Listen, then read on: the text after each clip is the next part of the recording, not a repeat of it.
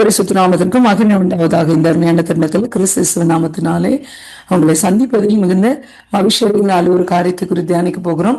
சங்கீதம் 103 12வது வசனம் வாசிக்கலாமா? மேற்குக்கு கிழக்குக்கும் எவ்வளவு தூரம் அவருடைய நம்முடைய பாவங்களை நம்மை விட்டு விளக்கினார். ஆமென். கர்த்தருடைய இன்றைக்கு பாவம் என்பது நாம செஞ்சது மாத்திரம் இல்ல, நம்முடைய தாய் தப்பன் மூதாதையர்கள் செய்த பாவங்கள் இது தலைமுறையில தொடர்ந்து வந்துட்டே இருக்கு. அநேக இடங்கள்ல நம்ம கேள்விப்படலாம், பாவத்தில் காரியம் தொடர்ந்து வருவது நம்மளால பார்க்க முடியும். அப்படி வருகிற காரியங்கள் இப்ப என்கிட்ட இருந்த பாவம் மட்டும் இல்ல, என் தலைமுறையான என் மீது சுமத்தப்பட்ட பாவங்கள் எல்லாவற்றையும் என்ன செஞ்சுட்டார் ஆண்டவர்? நம்மை விட்டு விளக்கினார், என்னை விட்டு விளக்கினார் என்று சொல்லுகிறது. எப்படி ஆண்டவருக்கு விளக்க முடியும்? இதன பாவன்றதுன்னா லேசான காரியமா? அப்படியே விலகி போடுவதற்கு அப்படிலாம் இல்லை இல்லைங்களா? அது வந்து தலைமுறைகளை தாங்குகிற தலைமுறைகளை தாக்குகிற ஒரு காரியம். இது எப்படி விலகி போடுமா? அதுவும் எப்படியா? கிழக்குக்கும் மேற்கும் அவ்வளவு தூரமாய் அந்த டிஸ்டன்ஸ சொல்றாரு, கணக்கிட முடியாது. கிழக்குக்கும் மேற்குக்கும் எவ்வளவு டிஸ்டன்ஸ் இருக்குன்னு நம்மளால சொல்ல முடியாது. அந்த அளவுக்கு பாவத்தை விளக்கிட்டா நம்ம கண்ணால கூட அதை பார்க்க முடியாது, நம்ம யோசித்தா கூட அதை அந்த அளவுக்கு விளக்கிட்டார் அப்படின்னு சொல்றாரு. எப்படி விளக்க முடியும் அப்படின்னு பாத்தீங்கன்னா, ஆண்டவராக இயேசு கிறிஸ்துக்கு ஒரு பெரிய காரியம் இருக்கிறது. மனுஷகுமாரனுக்கு பாவங்களை மன்னிக்க சகல அதிகாரம் கொடுக்கப்பட்டிருக்கிறது அப்படின்னு அவரே சொல்லியிருக்காரு இல்லைங்களா? அந்த பாவங்களை மன்னிக்கிற அதிகாரம் இயேசுக்கு மட்டும்தான் உண்டு, வேற யாருக்குமே கிடையாது. இந்த உலகத்துல யாருக்கு கிடைக்காத ஒரு காரியம் என்னன்னா பாவங்களை மன்னிக்கிற அதிகாரம். இன்னைக்கு நிறைய நாங்க ஹிந்து சார்ந்து வந்தவங்க தான் தோஷங்கள் காரியங்கள் இருந்து அங்க போ இங்க போ அப்படின்னு அலைகழிப்புக்குள்ளதான் நடத்தப்பட்டிருக்கோம். ஆனா பாவம் என்கிற தோஷத்திற்கு, சாபம் என்கிற தோஷத்துக்கு பரிகாரம் இயேசு மட்டும்தான். ஆமேன், அல்லேலூயா. நம்முடைய பாவங்களை விளக்கிட்டார். விளக்குறது மாத்திரம் இல்ல, எக்ஸ்ட்ரா ஒரு கிஃப்ட் கொடுக்கிறாரு. என்ன தெரியுங்களா? 11வது வசனம், பூமிக்கு வானம் எவ்வளவு உயரமாய் இருக்கிறதோ அவருக்கு பயப்படுகிற மேல அவருடைய கிருபை அவ்வளவு இதா இருக்கிறது. ஆமீன். இதுக்கும் டிஸ்டன்ஸ் கொடுக்கிறார் பாருங்க. வானத்துக்கும் பூமிக்கும் எவ்வளவு டிஸ்டன்ஸ் இருக்கோ அதை கணக்கிட்டு சொல்ல முடியாது இல்ல. அவ்வளவு டிஸ்டன்ஸுக்கு என்ன இருக்கா? அவருக்கு பயப்படுறவங்க மேல கிருபை, அவ்வளவு பெரிய கிருபை இருக்குதான். இன்னைக்கு யோசித்து பாருங்களேன், பாவங்கள் இல்லாத ஒரு வாழ்க்கை, கிருபை நிறைந்த வாழ்க்கை, அதை கர்த்தர் நம்ம மேல வைக்க ஆசைப்படுகிறார். அந்த ஆசையை நம்ம ஏற்றுக்கொள்ளணும், அந்த ஆசையில நம்ம வாழணும். பாவமே இல்லாம கிருபைக்குள்ள வாழுறது ஒரு அதிசயமான காரியம். அதனால இன்றைக்கு ஆண்டவர்கிட்ட சொல்லலாம், அப்பா என்னுடைய பாவங்களை, என்னுடைய சாபங்களை நீங்க நீக்கிட்டீங்க, விளக்கிட்டீங்க, உங்க கிருபையை மேல வச்சிருக்கிறீங்க, அது அவ்வளவு பெரிய கிருபையை வச்சிருக்கீங்க, அதற்காக நன்றி என்று சொல்லலாமா? ஜெபிக்கலாமா? நல்ல தெய்வமே, ஆண்டு எங்க கூட பேசின அந்த வார்த்தைகளுக்காக நன்றியப்பா. ஆண்டவரே, எங்களை பாவங்களை விளக்கி கிருபையை தந்த தெய்வத்திற்கு நன்றி. இதை கேட்க போகிற எல்லா பிள்ளைகளையும் ஆசீர்வதிங்க இயேசுவின் நாமத்தில் பிதாவே, ஆமென். God bless you all.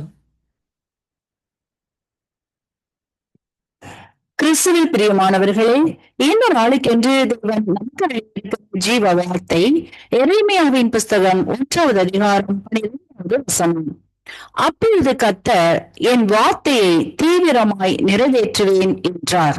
எனக்கு அருமையான சகோதர சகோதரிகள், இன்றைய நாள் கர்த்தர் தாம் இருவரையில் உங்களுக்காய் பேசின வார்த்தைகளை இன்றைக்கு தீவிரமாய் நிறைவேற்றி உங்களை ஆசீர்வதிக்கிற நாளை வாக்கு பண்ணி உள்ளார்.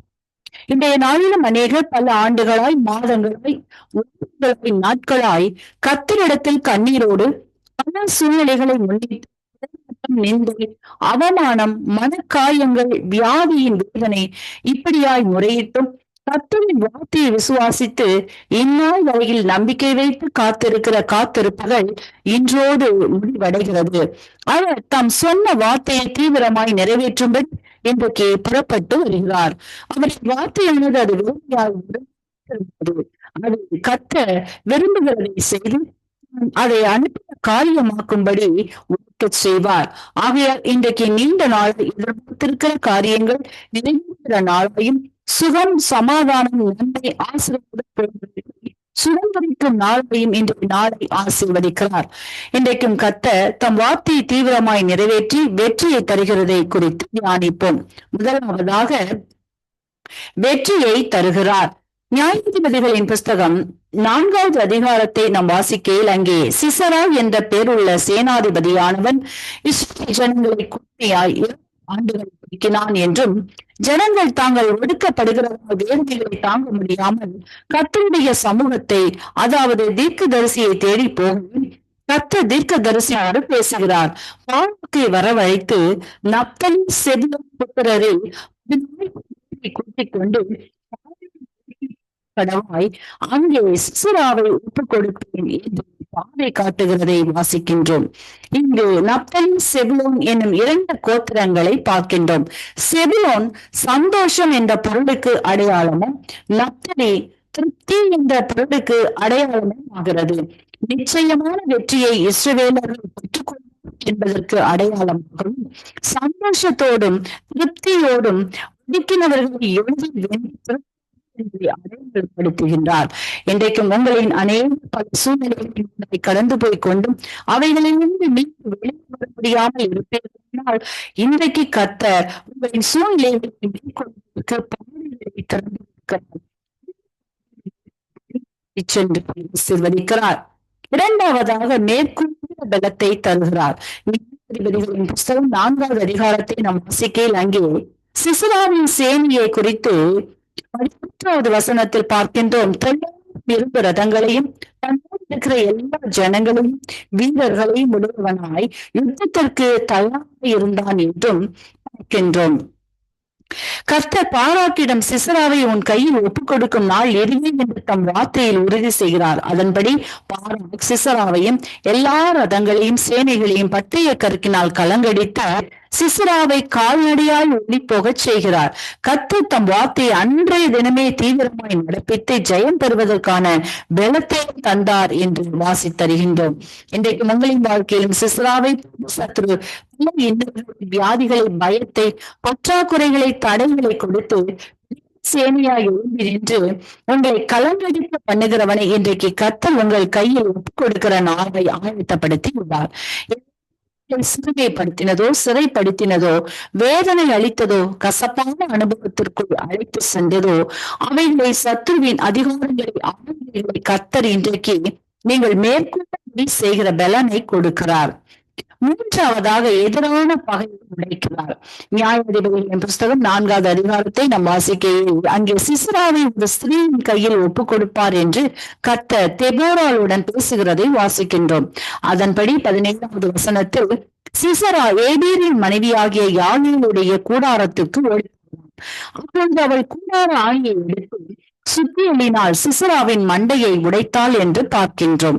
இன்றைக்கு மெனக்கருமையானவர்களே, அநேகருடைய வீடுகளில் சிசராவின் சத்ரு அநேக வழிகளில் வழியிலும் சரீரத்தின் வழியாயும் கணவன், மனைவி, குடும்ப உறவுகள்